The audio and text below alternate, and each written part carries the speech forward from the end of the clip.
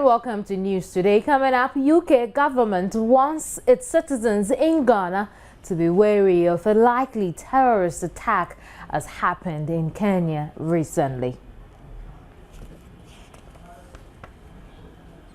Authorities in Saudi Arabia retrieved large quantities of kola nuts from some Ghanaian pilgrims at the Jeddah airport.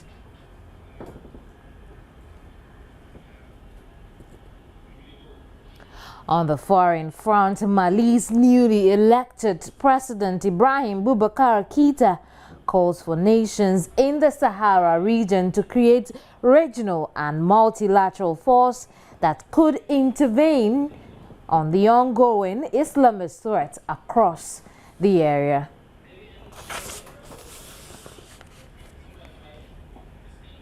My name is Kimini Nyamani Amana. Details of these stories and plenty more over the next 60 minutes.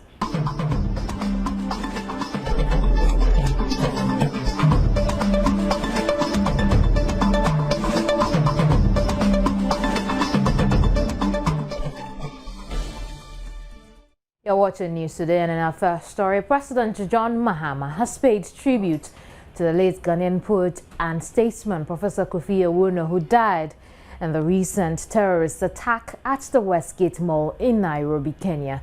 The president, who was addressing the 68th UN General Assembly, however, says rather than tear the continent's citizens apart, it should strengthen Africa's resolve. He also reiterated remarks he made in his address to the Assembly last year that Ghana will not allow its territory to be used to destabilize its neighbors. Mahama said Ghana has been steadfast in its cooperation with regional neighbors to maintain the security of those nations that are enjoying stability and to restore security to those such as Cote d'Ivoire and Mali that have recently emerged from turmoil. On behalf of the citizens whom I serve, I promise the world that Ghana would not allow its territory to be used in any manner whatsoever to destabilize other nations. He noted that even on the heels of the terrorist attack, Africa will not be divided or deterred by the heinous crimes of those who wish to disrupt her progress. Just before I left Ghana to attend this assembly, I learned of the terrorist attack that took place in Nairobi, Kenya. I was shocked and deeply saddened to hear of the many lives that were lost to those senseless and cowardly acts of violence. Soon enough, I got word that one of the people massacred was a person who held significance in my life and in the lives of so many other Ghanaians. Kofi Awuno, a 78-year-old gentleman who had served his country loyally as a distinguished poet and professor, a former ambassador to Brazil and Cuba, and past chairman of our Council of States, a presidential advisory body. Professor Awuno had once even been our country's envoy to the United Nations. On this fateful day, however, Professor Awuno was in Nairobi to perform his poetry at a writers' conference. He had traveled there with his son, and they had decided before the day's schedule began to do what should have been one of the most ordinary and uneventful activities, to make a stop at the shopping mall. Unfortunately, what happened that day at the Westgate's premier shopping mall was anything but ordinary. Professor Awuno's life was taken away from him and those who loved him, just as the lives of dozens of others were taken away from them and their communities, each person with a unique story and with accomplishments or aspirations for which they will be remembered. President Mahama also touched on the recent election petition. The results of our recent elections were contested. Since our return to constitutional rule, Ghana has conducted 6 successive elections. These were the first results to be formally challenged and heard by the Supreme Court. What made this situation noteworthy was the reliance by all parties involved on the rule of law. The proceedings were televised for the sake of transparency. The verdicts were readily accepted, and there was not a single reported incident of violence. President Mahama talked about Ghana's progress towards attaining the Millennium Development Goals, having reduced poverty and hunger well ahead of the scheduled date of 2015. He added that while MDGs 4, 5 and 7, which is the infant and maternal mortality, as well as water and sanitation, has seen a vast improvement since 2000, the number of maternal deaths for every 100,000 births has reduced by more than half, from 740 to 320.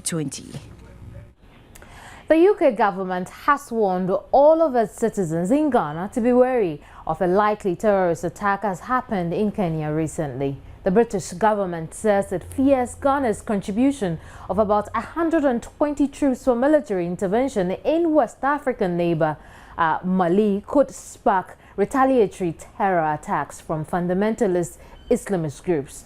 The engineering regiments of the Ghana Armed Forces have been in Mali this year to offer support in dealing with the crisis. Ghana has also made a $3 million financial support to the African-led force for Mali. The warning was sounded via travel information offered to UK citizens on the British government's website.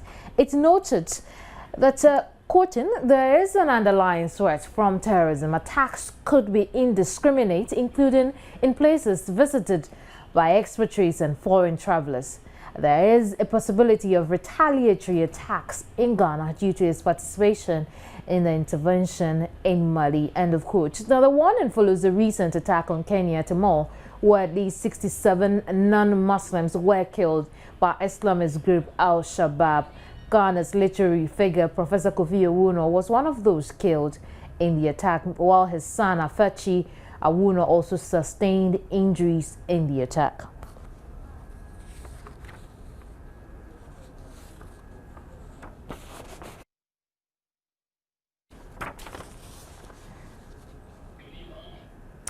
Right, so we're putting in efforts to rate government a former deputy information, a deputy information minister, Felix Kwachiofusu, as well as Ibrahim Irbad, a political Islam, on the telephone. When we do have them, we'll bring back the story on this particular sensitive issues. But let's talk about Hajj. And authorities in Saudi Arabia have retrieved large quantities of kola nuts from some Ghanaian pilgrims at the Jeddah airport. Kola nuts is regarded as a drug in Saudi Arabia and has been banned over the years. However, due to the high price it commands in the kingdom, the temptation by Ghanaian and Nigerian pilgrims to breach the law is irresistible. It is consumed mostly by the migrant community in Saudi. Saudi Arabian laws are also very strict on intoxicants or stimulants, such as Saudi Arabian laws were very strict on such matters.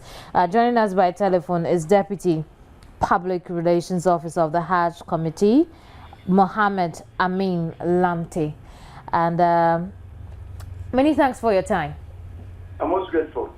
Right, and this is not the first time it is happening. How did our pilgrims go along with, kola nuts to Saudi Arabia when it's clear it's against the law? That is a big question, and that requires a very interesting answer, because I know all this while it has been an issue that the past Hajj Board administration has been going through, because our would-be pilgrims, I don't know where this idea of sending kola to Saudi Arabia. Yes, we are all aware that kola is very expensive in Saudi Arabia for no reason I cannot tell. So it is amazing that this year, strategically, we communicated with the Hajj agent to inform their potential clients that, look, this time around, the Saudi government actually warned our chairman when he was there for meeting before the start of the Hajj, processes. So it's amazing that even before they take off at the Hajj village, we have to again to remind them that before you come into a check-in, don't actually come along with anything like cola and other things that have been banned in Saudi Arabia. But it's amazing that through the Hajj village, the processes of the way in and check-in and everything, the scanning, everything, you go to the Accra airport, you have cola in their luggage. They get to Saudi Arabia, you get cola in their luggage. So one cannot, the mysterious aspect of it is what I'm really trying to ponder. But I think that it's sad. But the cola have been returned. When you come to the village, the quantity of cola that have been brought back is just unbelievable. We're praying, we're still sensitizing and educating them, probably, if not this year, in the subsequent year, because the way it has been brought back, this is going to send a signal out there for them to change their attitude towards this cola issue. How many of our pilgrims were, did the Saudi Arabian government or law catch with the cola nut? You cannot specify. It is really, it's not specific. What we realize is that all the female pilgrims will be pilgrims, at least they go along with cola. What you do is that you can have one person packaging about 10 pieces or 20 pieces, 30 pieces, wrapped up, disguised in a disguised manner, insert into their luggage. So that little number, that small number, can sell in Saudi Arabia. But you have others, so they have a way of packaging it. They can package a lot in one place. Some will just sort of do it in pieces and what have you. So I cannot really confirm that every woman or every woman who traveled to the pilgrimage this year has some element of cola in her luggage. I cannot confirm that.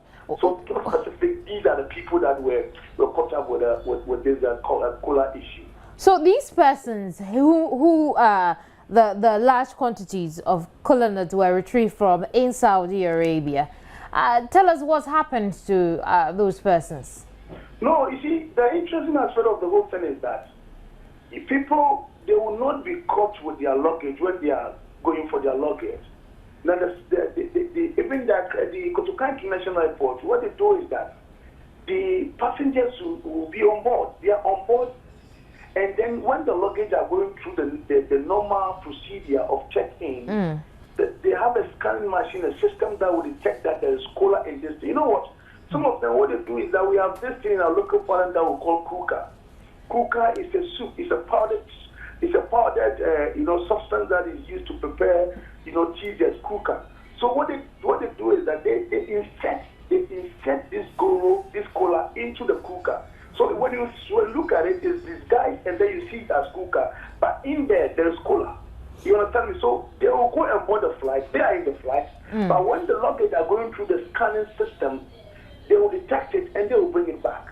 So they are going to Saudi Arabia, but the cola will get back, will stay here in Ghana. So when they go to Saudi Arabia, again, they are on board the flight, but when it gets to the security check, they will draw the cola, but the person will get to his or her destination. That is the scenario. I see. How important is this cola nut to the pilgrimage or perhaps to Islam? My sister, it is something that looks very interesting because Islamically, the cardinal point of traveling to Saudi Arabia at this time is to go and worship. It is part of the pillar of Islam. It is part of the 5 pillars. So for me, I believe that anybody who goes to Hajj is going to worship Allah subhanahu wa ta'ala. But it looks like we know very well that there are people who have been there for so many times. This time around, they go for business purposes. Nobody said they shouldn't go and do business, but you must do a legal business. The Saudi government has banned cola. So if you have other businesses, you can go and do it. But you shouldn't go with things, substance that they themselves have. Mohammed, quickly, what measures are we putting in place so this does not happen if we can? We have a meeting today. We are looking at that, maybe trying to sort of intensify our education, to intensify, because the last time we had a seminar where we have the Islamic scholars actually look at the issue from the religious aspect. We also have doctors who came and even spoke on that medical aspect. We have psychologists who also came and spoke to them in that direction. But I look like people are still not giving up. So we are looking at maybe meeting today to see whether we can strategize and make sure that before they leave the village, the art village, we must make sure everybody goes out there clean without being a cola in their luggage. Many thanks, Mohammed, for your time. Mohammed Amin Lamte is Public Relations Officer for the Hajj Committee. Let's go back to our earlier story where I was telling you that the UK government has warned all of its citizens in Ghana to be wary of a likely terrorist attack. Why is it saying so? Because we have contributed $3 million to the Malian crisis, and 120 boots are on the ground.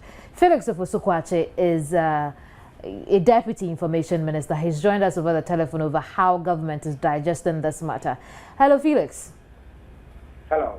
Thank you very much for your time. But quickly tell us, how does this information come to government?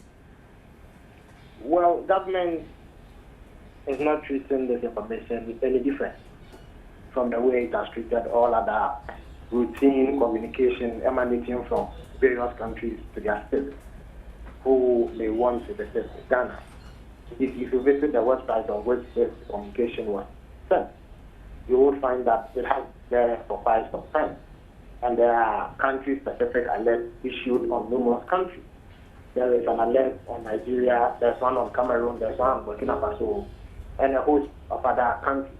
In fact, if you check the language that is used in the various alerts, you find that Ghana is the mildest among some, and that is the clearest indication here that Ghana is not in such a risky situation as some people may want it to see. I must also point out that they speak about such issues as the likelihood of falling victim to robbery or burglary. I do not believe that anybody can argue that the crime rate in Ghana, for instance, is any higher than the crime rate in the United Kingdom.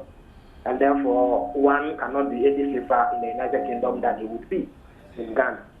On the specific issue of the likelihood of a terrorist attack by virtue of Ghana's participation in peacekeeping efforts in Mali, I must indicate that the analysis on the UK government website in this alert is not based on any immediate, specific, credible intelligence report of any threat to our security, but born out of a general analysis that was carried out at the beginning of the operation in Mali.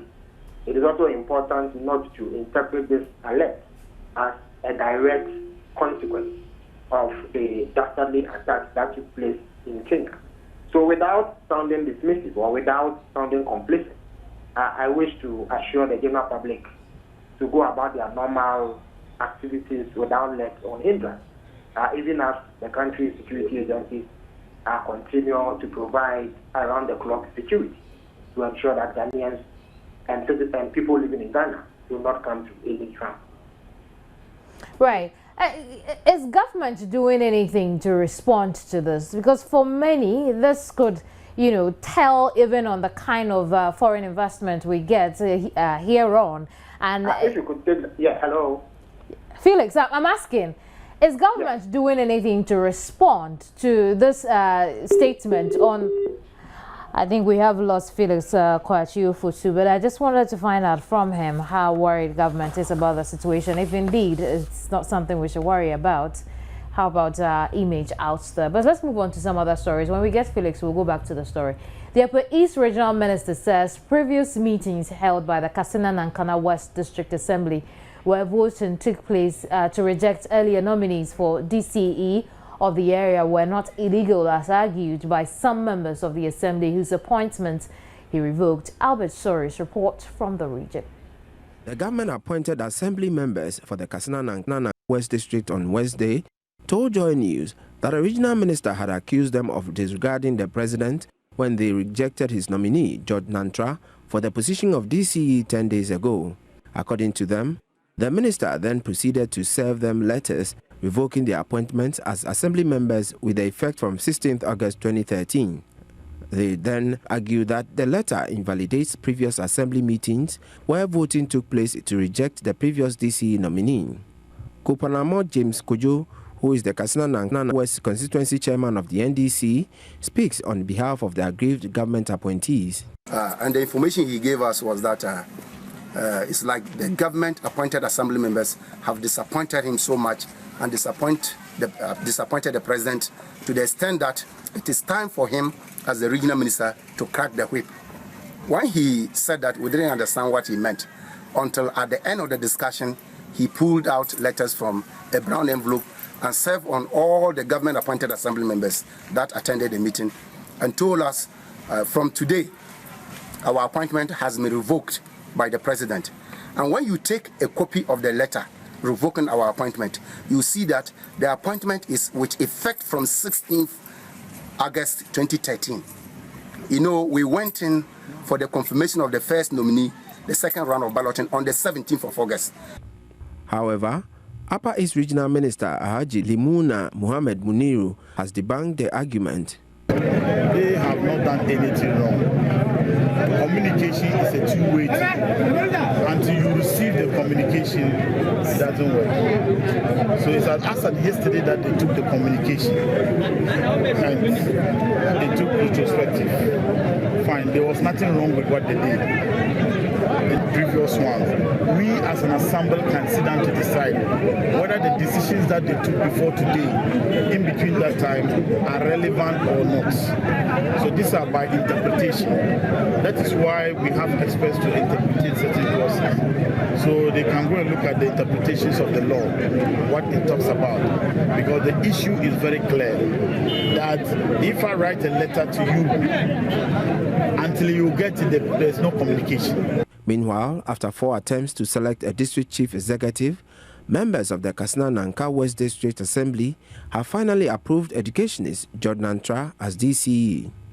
51 of the total votes of 64 went in Jordan Tra's favor. This was the nominee's second attempt to win the favor of the assembly members. He was rejected by the members in his first attempt 10 days ago.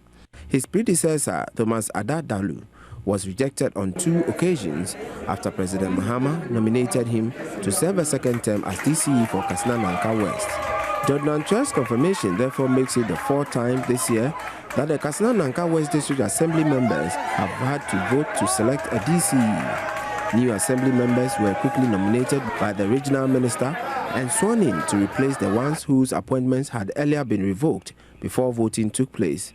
The assembly's meeting was also convened because it was earlier convened by a presiding member whose appointment had been revoked. After he was sworn in as the new DCE for Katsina-Nanka West, Jordan Tra addressed the assembly. The complexity of our districts makes us very, very suspicious of one another. We have no trust for one another. Let this be the beginning of mutual respect and trust. What we have demonstrated here should be the beginning of mutual trust, mutual respect, so that together we will move our district forward.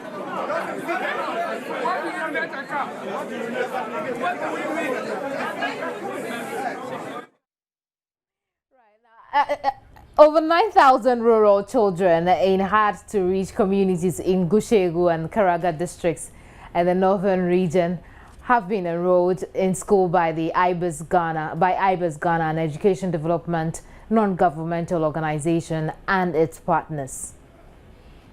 The project started in 2007 targeted hard-to-reach rural school children living in deprived communities in the 2 districts who hitherto would travel long distance to access education.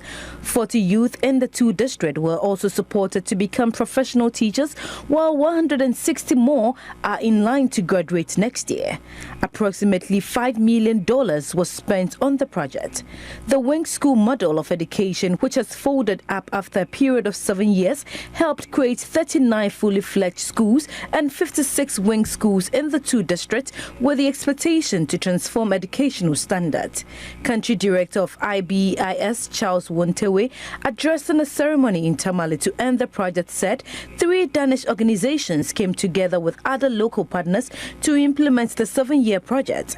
He said wing schools, which were classrooms set up in deprived communities from kindergarten to primary 3, were initially built to create access for children of school-going age.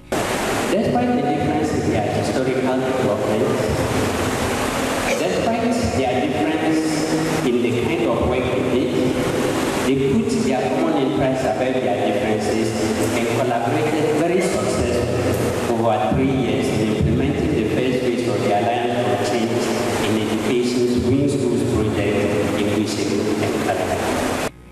Gushegu District Chief. Right now, so news coming in says that workers of the STC have decided to call off their strike, and our reporters are on the ground pretty shortly. We'll bring you pictures live from the STC yard here in Accra. But tell you what, if you're an amputee, there's hope for you. Why? Because a group from the United States, Stand With Hope, is in Ghana to provide hope for victims. The group will liaise with Ghanaian authorities to provide amputees with artificial limbs. Stand With Hope will also provide intensive training for local technicians. The group first visited the country in 2005. Stand With Hope is a missionary group led by Peter Rosenberger. The group vision is to help amputees own artificial limbs and become independent. For charity purposes.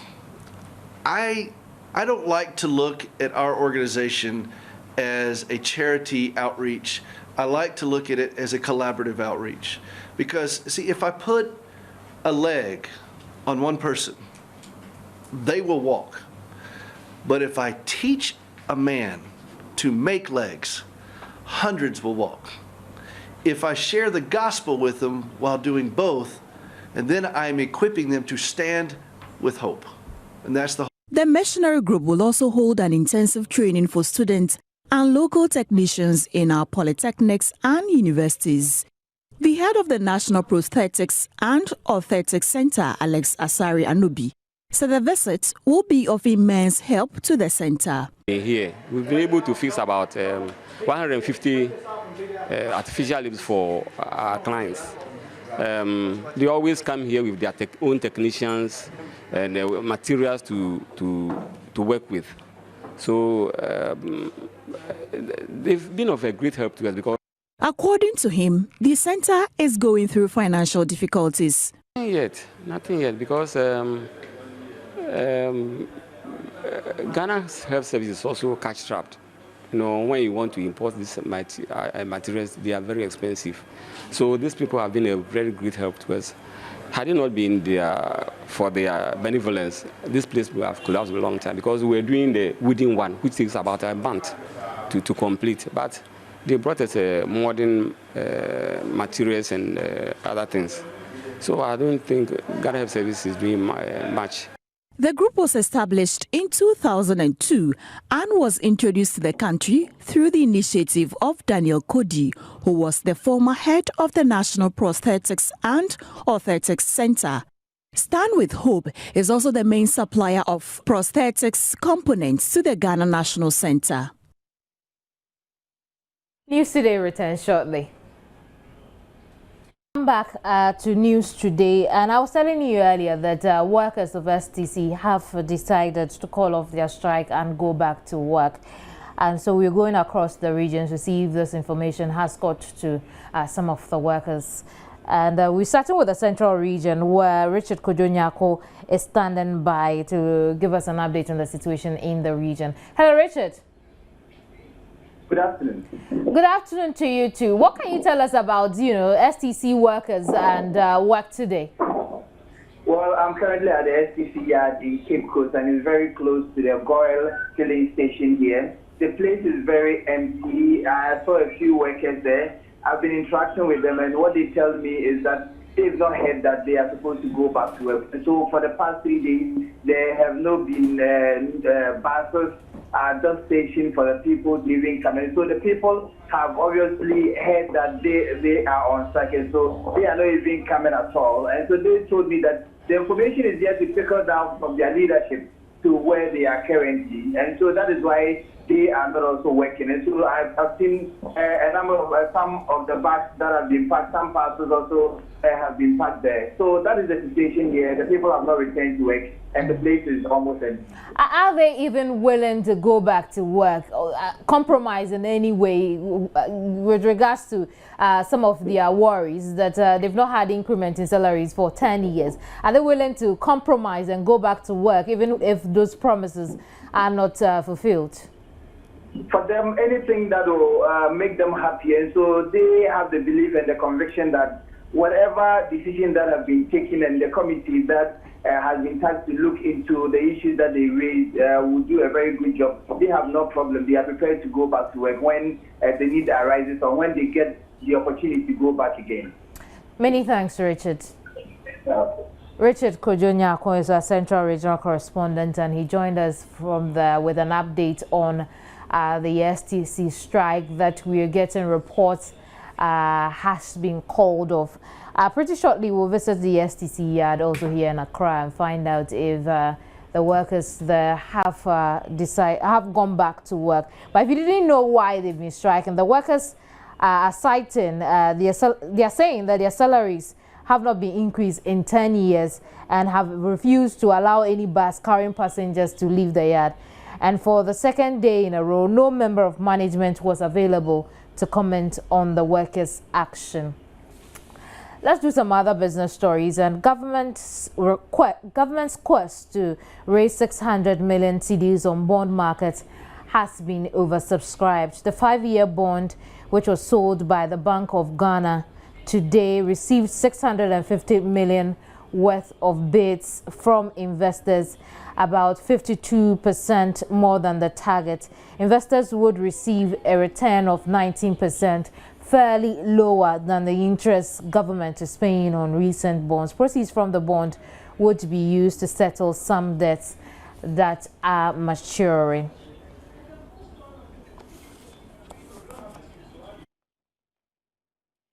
Right, so let's now talk about the Ghana Stock Exchange. And the market started Tuesday with a capitalization of 56,175.17 million Ghana cedis on Tuesday. As at close of day Thursday, market capitalization was at 56,173.51 million Ghana cedis.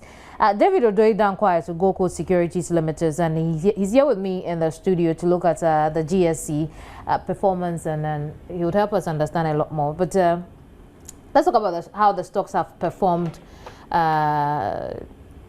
this week.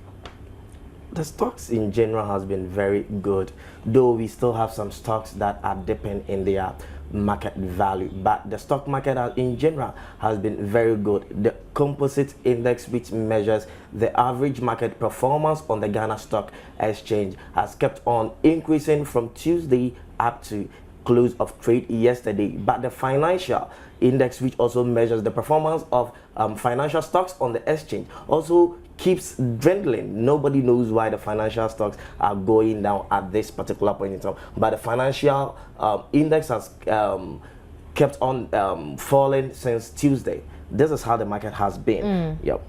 What is this index you talk about?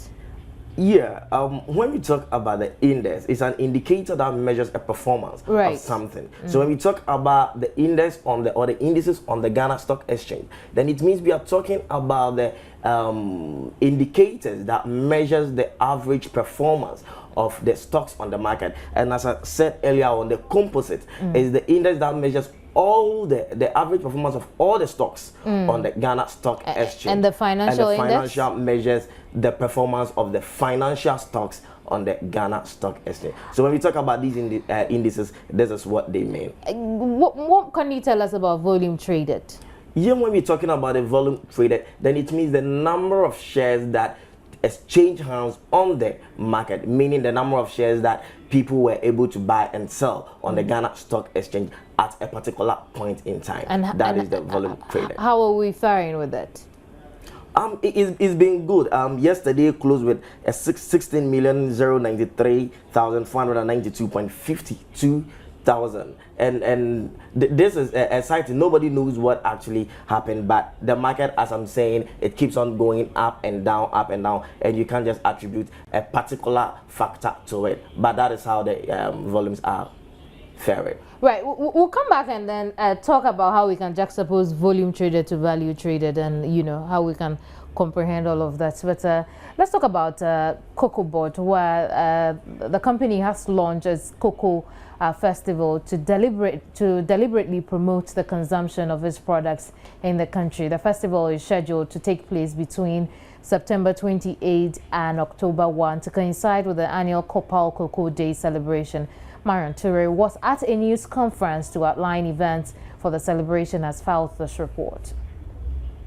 Increased consumption of cocoa has both nutritional and economic benefits to the country, especially in driving up the price of the crop on the international market. The Ghana Cocoa Board, in deliberate efforts to encourage local consumption of the product, is holding a fair that brings together various stakeholders in the sector to interact and share the achievements of production targets. Noah Amenya is Public Affairs Manager of Cocoa Board. To drum home, as the acting CA said, the need for Ghanaians to consume cocoa.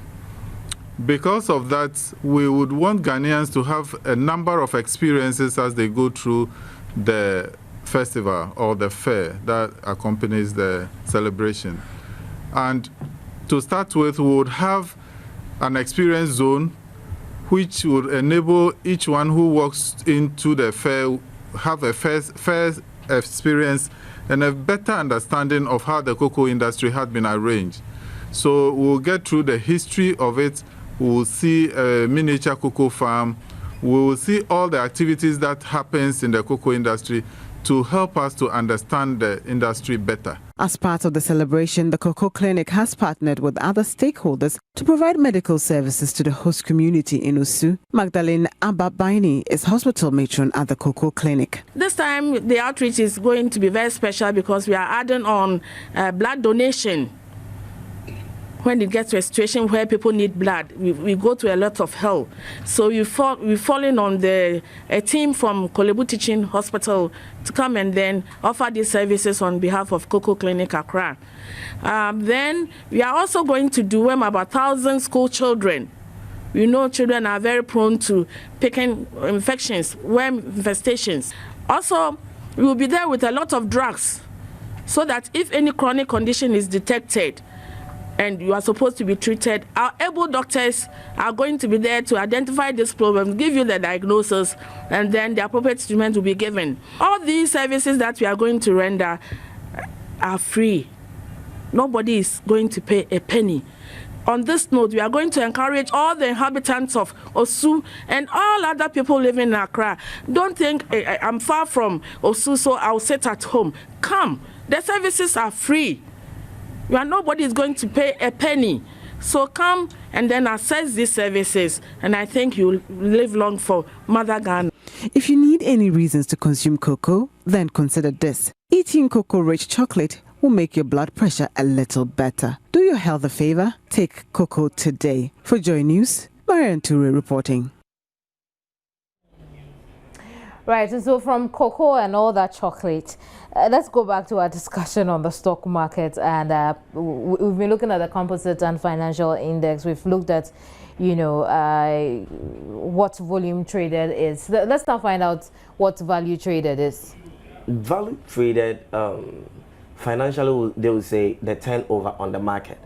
But simple put, is the number of shares traded on the market as the volume times the various prices. So if CPC traded 500 shares, then CPC times the 500 times the price of CPC at the close of the market that day, then you get the value for CPC.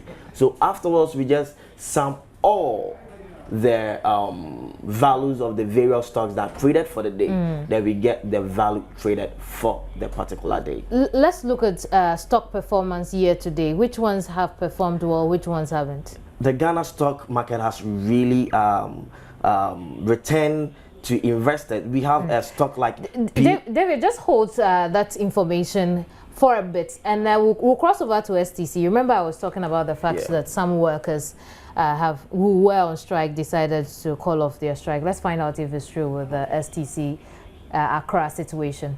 Let's go to Circle now.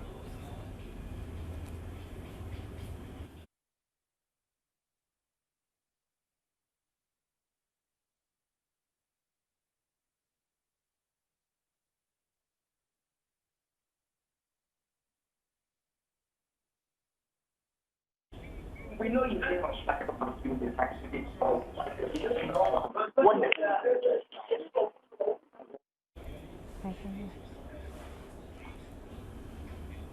we'll get you those pictures shortly, but you were telling us about performance of stocks year to date. Yeah, I was telling you about the performance of stocks year to date, that stocks that really perform well since the beginning of the year.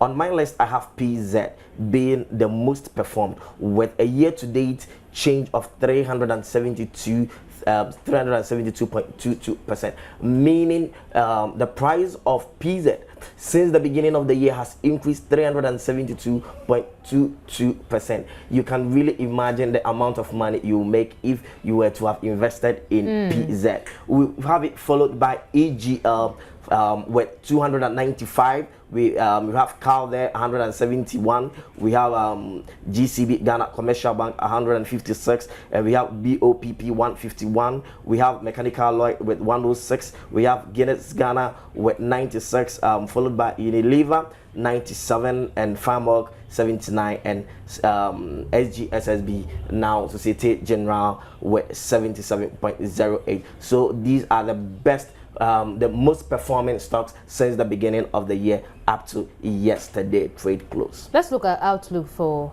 the week ahead.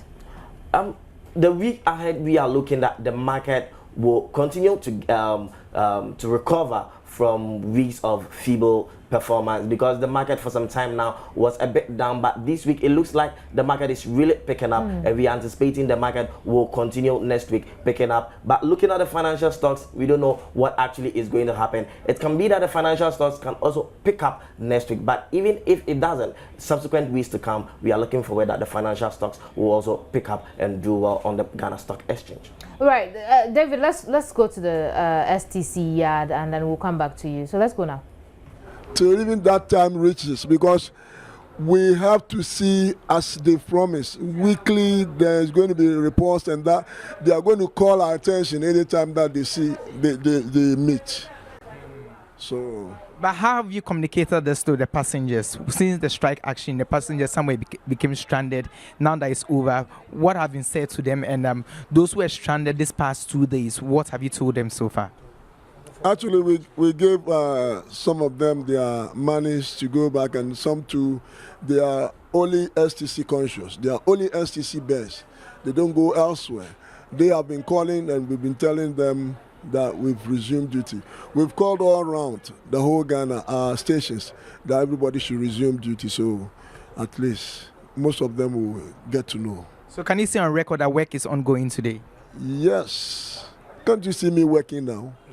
I am working now. I'm trying to dispatch people now. Volta will be going, other places will be going. Tomorrow, you see, this place will be full of buses and passengers. But have any buses so far left the station, or? Yes. Kpando bus is now about to leave. Volta bus is about. So that's just one bus? No, Aflao 2 is coming. Aflao 2. Huawei 2 is coming, so no problem now. But I also want to, these 2 days, hasn't it affected the operation money-wise? Since you have not been working the 2 days, it might have affected your operations here. How do you intend to resolve this challenge? Automatically, you must know that once we've not made sales, we've also not consumed fuel. We have also not have tear and wear. So it's balancing. Although if we have not done this, if we've not cried, this is my first time even meeting the board chairman one-on-one today. So if this thing has not happened, this would have cropped up. So in other means, it's very good. But right now, for people outside, STC workers are on strike. Now that you have resumed, how do you get this communication outside so they can get more passengers to help? Once now you are talking to me, I know it is going out, and by all means, when people get to know, they will also come. Right. Thank you very much. I know my HR and my officers will also communicate to you people, so that you people will be announcing it to everybody. Actually, we'll be doing that today and tomorrow.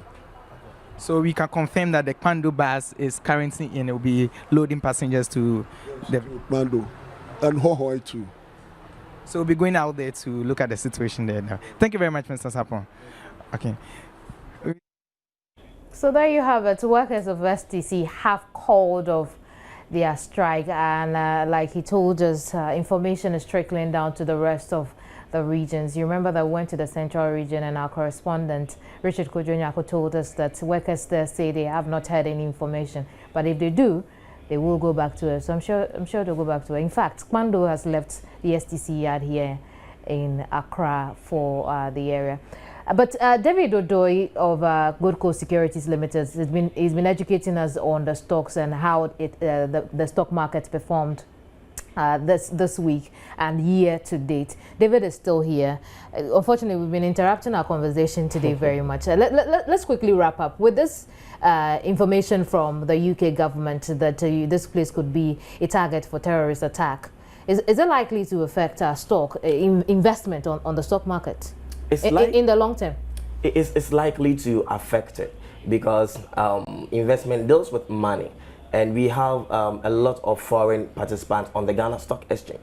So that it means not only UK citizens, but other foreign nationals in the country or outside the country investing on the Ghana Stock Exchange and other financial markets in Ghana will now be taking extreme caution before they bring their money in. In fact, those that really have their money out there preparing to bring will just hold and steady the market a little. Talking about internal stability, Ghana had really confirmed that internally we can really sustain the security issues here. But there's an external one. Especially when government does not come out, outright to maybe dismiss this information or tell us what it is doing about this information it's had. We could see that in the long term.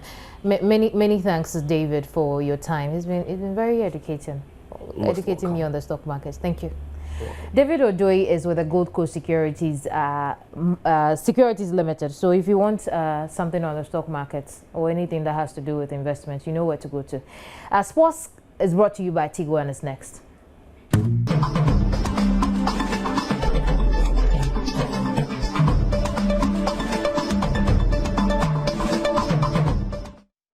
Called up to the Cameroon squad for their World Cup qualifying playoff game against Tunisia, despite reports last month that he had retired from international football.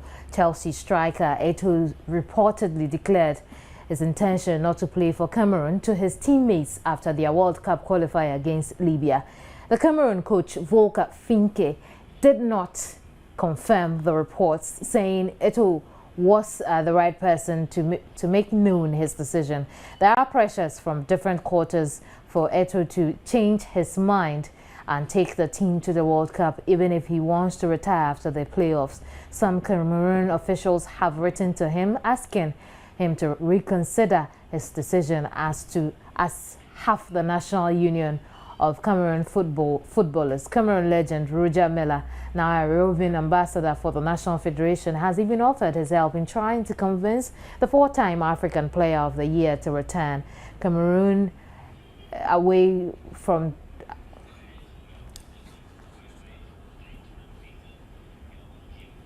Right, let's move on to some other stories. This time about Lionel Messi. And Barcelona footballer Lionel Messi and his father have arrived at a Spanish court to face tax fraud allegations. The 26-year-old Argentine, four-time FIFA World Player of the Year, and his father, Jorge Messi, are accused of defrauding the authorities of more than 4 million euros.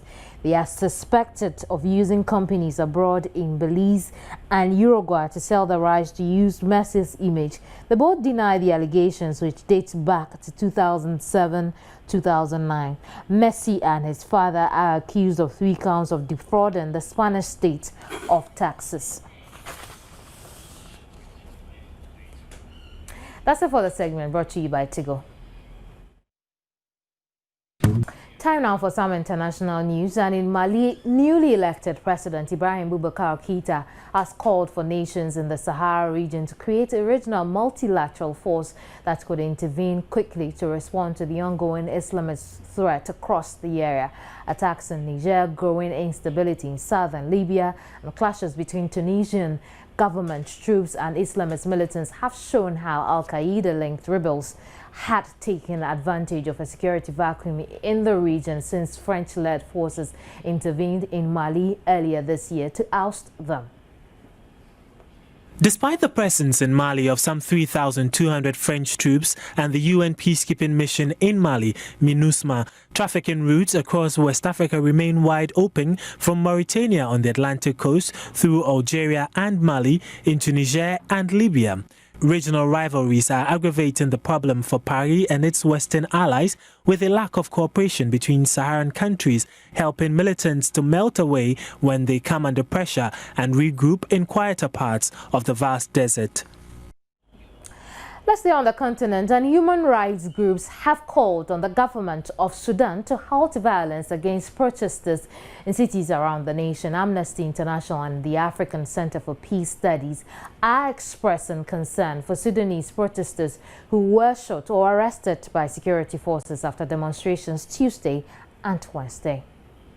The groups say they have confirmed at least 50 protesters were killed after being shot in the chest or head. They say they are still receiving reports of shootings and use of excessive force.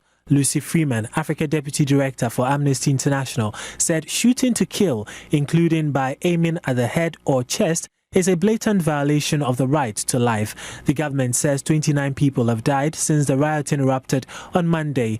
The demonstrations began after a government decision to cut fuel subsidies, which caused a sharp rise in fuel prices and sparked public anger. Some demonstrators are calling for the ouster of President Omar al-Bashir. Sudanese security forces have been guarding key installations and gas stations after rioters set buildings on fire and blocked roads. On Thursday, security forces fired tear gas at protesters in the capital Khartoum and in Port Sudan on the Red Sea.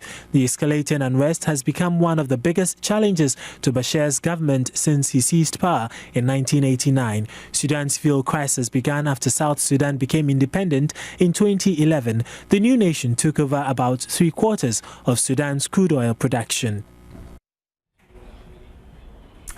Away from international news, let's do some showbiz now. An Afrobeat legend, Femi Kuti, better known as Femi Kuti, says coming to Ghana again after 15 years brings back fond memories of his heydays in Ghana and his late father, Fela Kuti.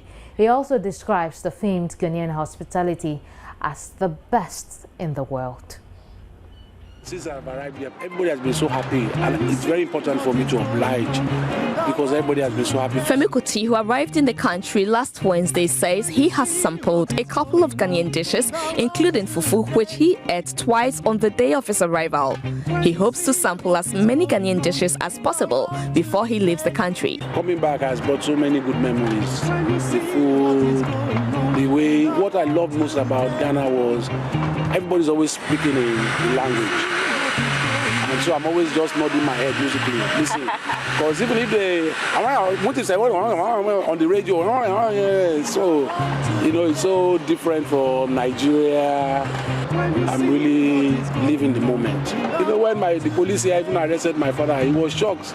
The police came and said, "Excuse me, sir, you are wanted in the police station." My father was saying, because when the police come and arrest you in Nigeria, they are slapping you. Kick you. So my father was like, saying, what kind of police is this? These ones are not police. Police that we know are wicked. But the Ghana police said, "Excuse me, sir, can you please come to the police station?" So if I don't go to no, don't do that, sir. Please come follow us. Nigerian police will say, you say no, they will beat hell out of you. Today happens to be one of his children's birthday, and Femi could not resist wishing his son, Madi, happy birthday. I'm wishing you happy birthday, long life, prosperity. Femi is in Ghana to headline the African Legends Night concert, and he says fans should watch out for his stellar performance. Interesting there, but here's what's more interesting. We can't end the bulletin with our pick of the day.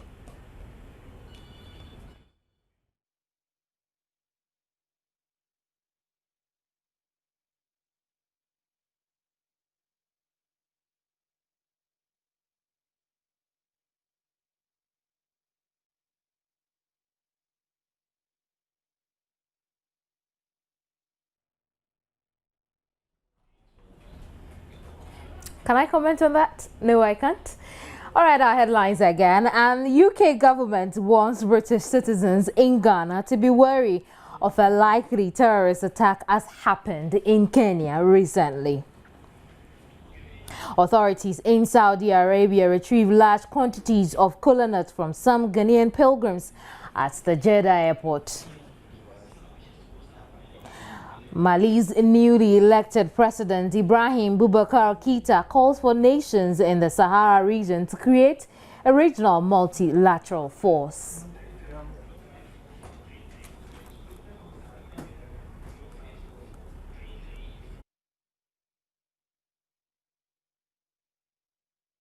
Our pick of the day was fantastic. You can also send us your pick of the day you think is fantastic and can make it for it. Send it to our WhatsApp number 0544334722 and I'll show it and not comment. Thanks for watching. My name is Kemini Nyamani Amano.